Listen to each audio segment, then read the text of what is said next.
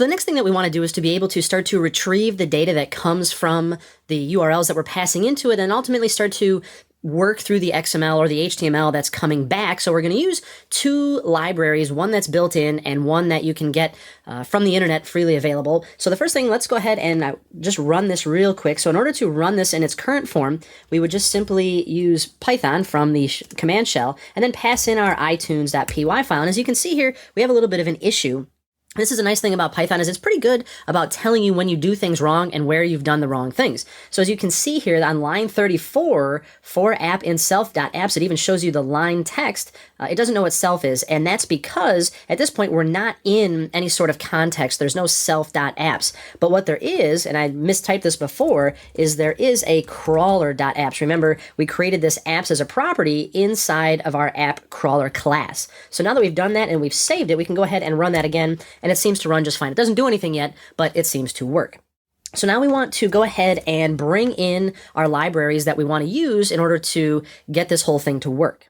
And what we're going to do to get the whole thing to work is actually we're going to use a library that's free, that's for Python, called LXML. And what that is it's a nice library for processing XML and HTML. So this is going to save us some headache of going through the data that comes back from our requests that we're making out to the web. So the nice thing about this is if you're on your Mac, this is already going to be there for you. You don't have to do anything. You don't have to download it and install it. You may want to update it if you'd like. If you're using Windows, it will be a little bit different. You're going to have to go ahead and download it. But the nice thing is you can go ahead and get the source code from GitHub, or so you can get the source and see how it works and implement your own version or do whatever you want. That's pretty cool. All right, so let's go ahead and start to import those things. So to import those, we're going to go to the top of our file. We're going to say from LXML, since that's the name of the library, and I want to import, it's called HTML. That's what's going to be provided to us from this particular library so we can start to extract data from the HTML that's coming back from a string. Now we also want to import something called requests. Now this is a built-in library that you can use in Python to issue HTTP requests out to the web, so I can issue gets and posts and all that sort of good stuff. This is going to encapsulate all of that for us, so we don't have to worry about writing that all from scratch. So the first thing I think that we'll do is we're going to focus on getting the data out of the page. So once we've determined what page we want to go to, which in our case is that Candy Crush page, we want to extract data out of that. And how exactly do we do that? Well, interestingly enough, it's quite simple. So if I reopen my Candy Crush game here, remember this is kind of what we were looking at here. And once you go to one of these pages, if you find a piece of data that you want, so in this case, I want to get the title or the name of the app. So I'll go ahead and right click on that. And once again, in Chrome, I can select Inspect Element. Most other browsers will have something similar. And it's going to take you down into this kind of DOM hierarchy tree to exactly where that piece is at. And as you can see, it's right here. It's in an H1 tag. Now, the nice thing here is that I can see that this is an H1, but it has a very specific attribute here called item prop name. So this is going to help me when I actually start to try to extract this data out of this particular page. So what I'm going to do is I'm going to use that LXML library to use, in our case, what you could ultimately iterate through all of the lines in the HTML that comes back, but that's going to be a little laborious. So what I want to do is I want to use LXML to use some XPath to actually go specifically to this line and get this piece of data out. So let's see how that will work.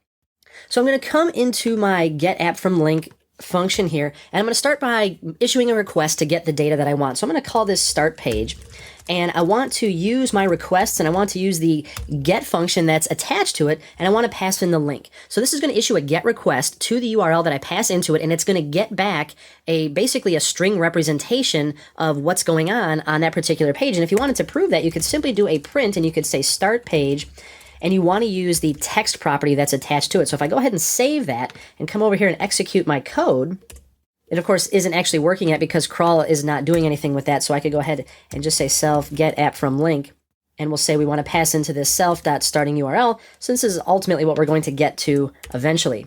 So now we've gotten an error. It says request is not defined, and that's because it is actually requests. So we'll save that. And we'll go ahead and run that. And as you can see here, we've just spit out all of that HTML that came back. Now, if you wanted to parse through this line by line and look for stuff, you can. But what a nightmare and a long time that would take. So that would be rather inefficient. So what we want to do is we want to use that LXML library to start to pick it apart. I want to ultimately take that information and kind of create a document tree out of that so that I can actually use some XPath to get where I want to go, and that's what we're going to do. We're going to create a tree, and we're going to set that equal to, and we're going to use HTML from the LXML library, and we're going to say from string, and we're going to pass into it that start page.text. So all of that text is what's going to get passed into tree. Now we can use this tree to actually execute XPath queries into that document and pull data out. So the first thing we want to look for is name. So if you remember, once we went in there, we had the name kind of highlighted on our page, and as you can see here, it was in an H1 tag with an item prop attribute equal to name, and I wanted to pull that text out of there. So let's go ahead and see how we would do that. Now, I'm not going to go through the specifics of how to do a lot of XPath. I'm going to give you the absolute basics here. So what I want to do is I want to get everything from the root. And in order to do that, everything from the root of the tree that I've kind of parsed out here. So to do that, I give 2 slashes. So at this point now I can say, all right, I want you to give me H1 tags, and I want you to give me the H1 tags that have an attribute named item prop that has, or that is equal to a value of name. So that's going to give me all of the H1 tags that have an item prop attribute that has a value of name, and then ultimately I want to say, you know what, give me the text from that. So once I've done that, actually this XPath function here is going to return to me a collection or a list of all the things that match this. So in order to actually get the one that I want, I'm fairly certain that there's only one in this instance, so I'm going to say, you know, give me the value that's at index of 0 right now, and let's just go ahead and print out name just to see if this works. So we'll go ahead and save that, and we'll go ahead and run our queries. So you can see here we pulled out Candy Crush Saga off the top of that page. Well, let's not stop there. Let's head back over to our page.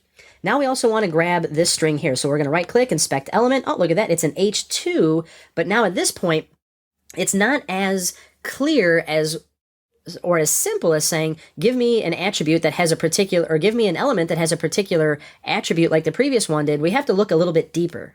So let's go ahead and do the same thing in XPath again, but let's see if we can maybe move up a line here and say, give me the div that has a class of left, and then give me an H2 within there, and let's see if that's going to get us where we want to go.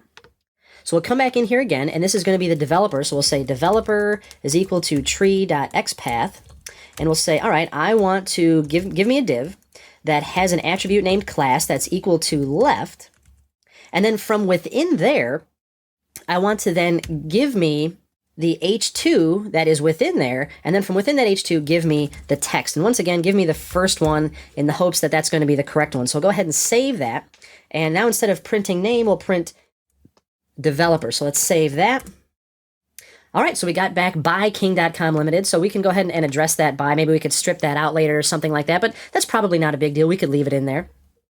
And then once again, we wanted the price. So let's come back over to here, and we'll go ahead and down to the price area, which is right here, and we'll inspect that element. And we have, very nice, we have a div with an item prop attribute of price, and we want what's in there, so we can handle that in a very similar way to how we've already done. So let's come back in here, and this time we are going to get the price. That's going to be tree.xpath, and this is once again going to be a div, and this is going to have a class or an attribute, which is item prop, which is going to be equal to price. And once we've gotten that far, we can once again grab the text, and once again, we want the first one. So we'll save that, and we'll go ahead and put the price in here. So let's save that.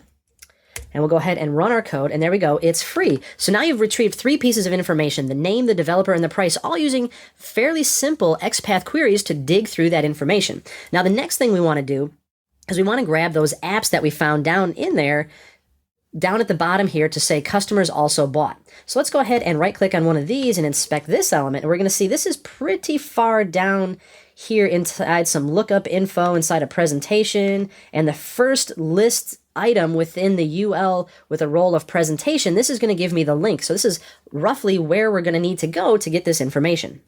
But what we're going to have to notice about this is that a lot of times if you just start looking for list items, there's probably going to be a lot on here. And same with the ULs. There's probably going to be a bunch of them in different places around here. So let's kind of come up and take a look a little bit. And I see we're in the center stack. So this seems to be where we're looking here to find these particular links. So the center stack seems to be this whole area in the middle here. So we want to look in the center stack, and we want to dig down a little bit further and grab some information that's down here in lockup info and in these list items, in particular the first one. So let's go ahead and come back in here, and we will go ahead and grab the links, and that's going to be equal to, and we're going to use this XPath function again. And this time I'm actually going to paste some XPath in here just so you can save the headache of actually watching me type this. So we're going to grab that div that has an attribute of class with a value of center stack, and then we're going to use the double slashes again, meaning I want to look at all the descendants of this particular div, and that's what the star is going to mean. This is the wild card that says, give me everything that's within there, and from all of that data, I want to grab a link, I want to grab an A tag that has a class of name. So if I come back in here, you're going to see that this particular anchor tag has a class equal to name, and if I look within here, there's a little bit more information about Cookie Jam here, but I don't necessarily want this particular title. What I want is just this link. I want the value of this href attribute. So if I come back in here, you'll see I'm just saying, all right, get me that far to that name, and then give me the value at that href, and that's going to give me a list. So at this point, if I were to do for link in links, and then I could go ahead and just pop this in a little bit and print out the link like that. We'll go ahead and save, and we'll run this. So now you see I've gotten 3 links. I've got the link to Cookie Jam, this 100 picks quiz, and also Fruit Ninja Free. And those were the ones that were on that page. So now you've created this piece of information, or you've extracted all the information you want out of that particular page. So instead of doing this printing, let's go ahead and create an app instance, which is going to be an instance of an app. And then we're going to pass in the name, the developer, the price, and the links. So now that we've done that, we've seen how we can now grab all that data out and create a new instance. And at this point, why don't we also say self.apps, and we're going to append this particular instance of that app to our apps list. So now that we've done that, theoretically speaking, of course, if I were to clear this out and go ahead and run, now you see I have a name of Candy Crush Saga. Developer is by King.com Limited, and the price is free. Now I'm not printing out the links because technically speaking, you're probably not going to want to visualize those, but you're going to want to follow them. And that's exactly what we're going to start to work on in the next lesson.